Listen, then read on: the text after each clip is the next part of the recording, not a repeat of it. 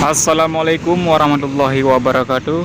Saudara lun mendum Mansiko Aceh. Cuaca ni bak uronyo di Banda Aceh, terutama ile di ke Masjid Raya Banda Aceh. Sekitar popuk guna hujan. Nyor langit pi mantang mendung. Mungkin untuk malam konser di Belang Padang Banda Aceh, di sebelah Masjid Raya Banda Aceh ya. Nah, di Masjid Raya Belang Padang Banda Aceh. Di perkainan penduduk konser untuk malam ya kan. Dengan berkat doa orang Aceh, Bansigom Aceh, uronya itu hujan. Mungkin di malam hanya ada alam karena cuaca di langit pi mendung kan. Taitar du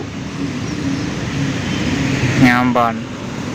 Jadi buno orang Aceh betullah konser di Banda Aceh buno mandum tak ba media Bansigom Aceh buno katruk Banda Aceh. Belum nak berkumpul di ke Masjid Raya Banda Aceh nya, di ke Masjid Raya Banda Aceh nya. Nak berkumpul buno ino kan. Nah. No tanah kabeh bulut mendum kan. Ujian saja lebat. Dengan berkat doa santri Aceh dan masyarakat Aceh, itu hujan Banda Aceh orangnya. Nyamban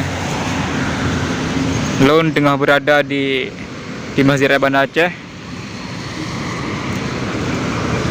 Nanti malam kiban diadakan konser di Belang Padang Banda Aceh. Pukul demo pukul jade. Menyajada tipu dua mungkin santri akan truk kenan. Ya tegur.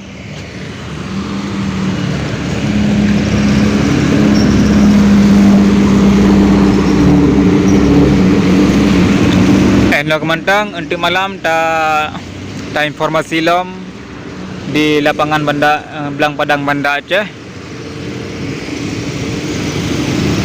Nyopi kara ujian lom. Assalamualaikum warahmatullahi wabarakatuh.